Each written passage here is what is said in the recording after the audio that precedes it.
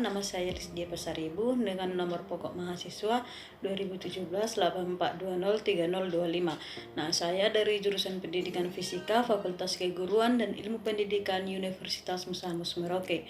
Nah, di sini saya akan membahas atau menjelaskan tentang teori kinetik gas. Nah, kompetensi dasar dari materi ini 3.6 menjelaskan teori kinetik gas dan karakteristik gas pada ruang tertutup. Nah, indikator pencapaian kompetensinya ada dua. Yang pertama menjelaskan pengertian teori kinetik gas dan yang kedua menjelaskan hukum-hukum yang mendasari gas ideal. Tujuan pembelajaran ada dua. Yang pertama, setelah proses pembelajaran, peserta didik mampu menjelaskan pengertian teori kinetik gas. Dan yang kedua, setelah proses pembelajaran, peserta didik mampu menjelaskan hukum-hukum gas ideal. Perhatikan gambar balon tersebut. Kenapa sih balon bisa meletus atau pecah? Untuk memahaminya, mari kita simak penjelasannya sebagai berikut. Balon bisa meletus dikarenakan adanya peningkatan suhu dan tekanan gas pada balon. Nah, jika kita meletakkan balon di bawah pancaran sinar matahari, maka balon akan meletus akibat kenaikan suhunya. Nah, hal yang sama juga terjadi saat balon dipompa harus terus-menerus sehingga tekanan gas dalam balon semakin meningkat. Perhatikan ilustrasi gambar di mana seseorang sedang mengayuh sepeda. Nah, ketika kita mengendarai sepeda dalam waktu yang cukup lama, ban sepeda akan menjadi panas akibat sering bersentuhan dengan permukaan jalan. Peningkatan suhu pada ban mengakibatkan tekanan dalam meningkat sehingga berpotensi meletus. Dua contoh fenomena yang sudah kita lihat, maka akan kita pelajari dari bab ini. Nah, selanjutnya kita masuk ke karakteristik wujud zat, di mana ada tiga. Yang pertama zat padat, dan yang kedua zat cair, dan yang ketiga zat gas. Nah, berikut penjelasannya, mari kita simak. Zat padat yaitu mempunyai bentuk yang tetap, volume yang tetap, atau mempunyai intermolekul yang besar. Gaya ini yang membuat zat padat sulit untuk diubah ke bentuknya yang semula. Yang kedua, zat cair tidak memiliki bentuk yang tetap, yang artinya zat selalu berbentuk sesuai dengan wadahnya, mempunyai volume yang tetap seperti zat padat, dan gaya intermolekulnya lebih rendah dari zat padat. Dan yang ketiga, zat gas. Zat gas tidak mempunyai bentuk dan volume yang tetap, jarak antar partikel sangat renggang sehingga partikel-partikel dapat bergerak secara bebas. Dari pengantar materi sebelumnya, lalu apa sih gas ideal? Gas ideal adalah sekumpulan partikel gas yang tidak saling berinteraksi satu dengan yang lainnya. Artinya jarak antar partikel gas ideal sangat berjauhan dan bergerak secara acak. Perhatikan zat gas gerak molekul gas yang berada dalam tabung. Nah, berdasarkan teori kinetik gas, gas terbentuk dari partikel-partikel gas yang bergerak secara acak dan konstan. Partikel gas bergerak dengan sangat cepat dan saling bertumbukan dengan molekul lainnya dan juga dengan dinding secara terus-menerus. Ketika partikel gas itu menumbuk dinding, maka akan perubahan momentum yang dihasilkan sehingga akan muncul gaya dan tekanan yang dihasilkan oleh partikel terhadap dinding bawah. Pada materi teori kinetik gas, ada beberapa hukum yang mendasari gas ideal. Yang pertama, hukum Boyle, dan yang kedua hukum Charles, dan yang ketiga hukum Gay-Lussac, dan yang keempat hukum Boyle-Gay-Lussac. Nah, dalam pembahasan keadaan gas, ada tiga besaran yang saling berhubungan. Besaran-besaran tersebut adalah yang pertama tekanan atau P, yang kedua volume atau V, dan yang ketiga temperatur mutlak atau T. Nah, hubungan ketiga besaran ini telah dipelajari dan diteliti oleh para ilmuwan. Nah, untuk mengetahui bagaimana hubungan ketiga variabel tersebut, mari kita pelajari atau memahami hukum-hukum yang mengenai gas ideal yang sudah kita pelajari atau singgung tadi. Nah, yang pertama hukum Boyle. Seorang ilmuwan yang menyelidiki hubungan volume dengan tekanan gas adalah Robert Boyle pada tahun 1627 sampai 1691. Boyle telah menyelidiki hubungan tekanan dan volume gas dalam wadah tertutup pada temperatur tetap. Boyle menemukan bahwa Hasil kali tekanan dan volume gas pada temperatur tetap adalah konstan. Secara sistematisnya, hukum Boyle dituliskan dalam bentuk PV sama dengan konstan atau P1 kali V1 sama dengan P2 kali V2.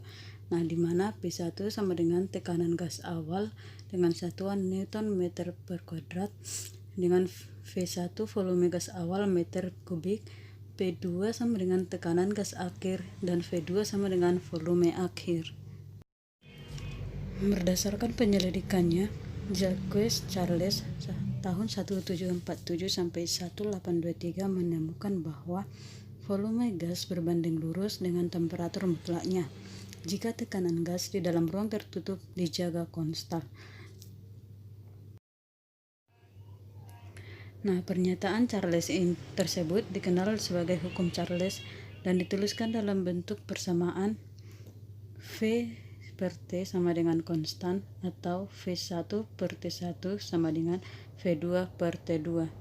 Nah, keterangannya V1 sama dengan volume gas awal atau meter kubik, V2 sama dengan volume gas akhir dengan satuan meter kubik, dan T1 sama dengan temperatur mutlak awal atau K, dan T2 sama dengan temperatur mutlak akhir dengan satuan K. Dan yang ketiga yaitu hukum Gay-Lussac. Nah, seorang ilmuwan bernama Joseph Gay-Lussac telah menyelidiki hubungan tekanan dan temperatur gas pada volume tetap. Gay-Lussac menyatakan jika volume gas pada ruang tertutup dibuat tetap, maka tekanan gas berbanding lurus dengan temperatur gas. Pernyataan tersebut disebut dengan hukum Gay-Lussac yang dituliskan dalam bentuk persamaan berikut. P per T sama dengan konstan atau P1 per T1 sama dengan P2 per T2. Dan yang keempat adalah hukum Boyle-Gay-Lussac. Nah, ketiga hukum keadaan gas yang telah kita pahami atau kita pelajari sebelumnya, yaitu hukum Boyle, hukum Charles, dan hukum Gay-Lussac, nah, dapat digabungkan menjadi satu persamaan. Nah, hasil gabungan ketiga hukum tersebut dikenal sebagai hukum Boyle-Gay-Lussac. Dari pernyataan hukum Boyle-Gay-Lussac, maka dapat kita nyatakan dalam bentuk persamaan sistematikanya P kali V sama dengan E per T sama dengan konstan. Nah, atau sama saja dengan P1 kali V1 per T1 sama dengan P2 kali V2 per T2. Nah, di mana keterangan dari persamaan tersebut P1 sama dengan tekanan gas pada keadaan pertama Newton meter kuadrat. V1-nya sama dengan volume gas pada keadaan pertama meter kubik, dan T1-nya sama dengan suhu gas pada keadaan pertama satuan Kelvin. P2 sama dengan tekanan gas pada keadaan kedua Newton meter kuadrat. T2 sama dengan suhu gas pada keadaan kedua dengan satuan Kelvin, dan V2 sama dengan volume gas pada keadaan kedua satuan meter kubik. Sekarang kita akan menyelesaikan soal yang berhubungan dengan teori kinetik gas. Jadi kalau ada soal seperti ini, sejumlah gas ideal menjalani proses internal. Nah, jadi proses isotermik ini itu artinya T-nya dijaga tetap atau konstan. Sehingga tekanan menjadi 2 kali tekanan semula. Maka volumenya menjadi, nah kita misalkan ya, volume mula-mula atau V1 itu sama dengan V. Nah, V1 atau tekanan mula-mula itu misalkan P. Nah, V2 ditanyakan karena yang ditanyakan volumenya menjadi berapa. Nah, tekanannya itu dirubah menjadi tekanan semula. Berarti 2 kali tekanan semula. Tekanan semula itu P, berarti 2 kali P. Nah, yang ditanya adalah volumenya berapa. Nah, karena di sini T-nya dijaga tetap atau konstan, maka kita menggunakan persamaan Boyle. Di mana P1 V1 sama dengan V2 V2.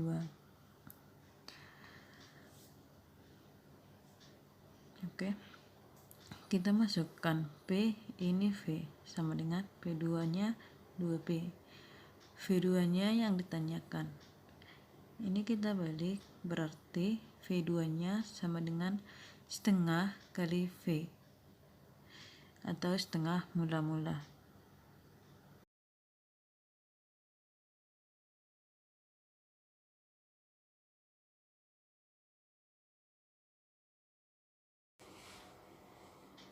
Sekian penjelasan dari saya tentang pengertian teori kinetik gas dan hukum-hukum gas ideal. Semoga materi yang saya jelaskan ini bermanfaat bagi yang menonton video ini. Sekian dan terima kasih.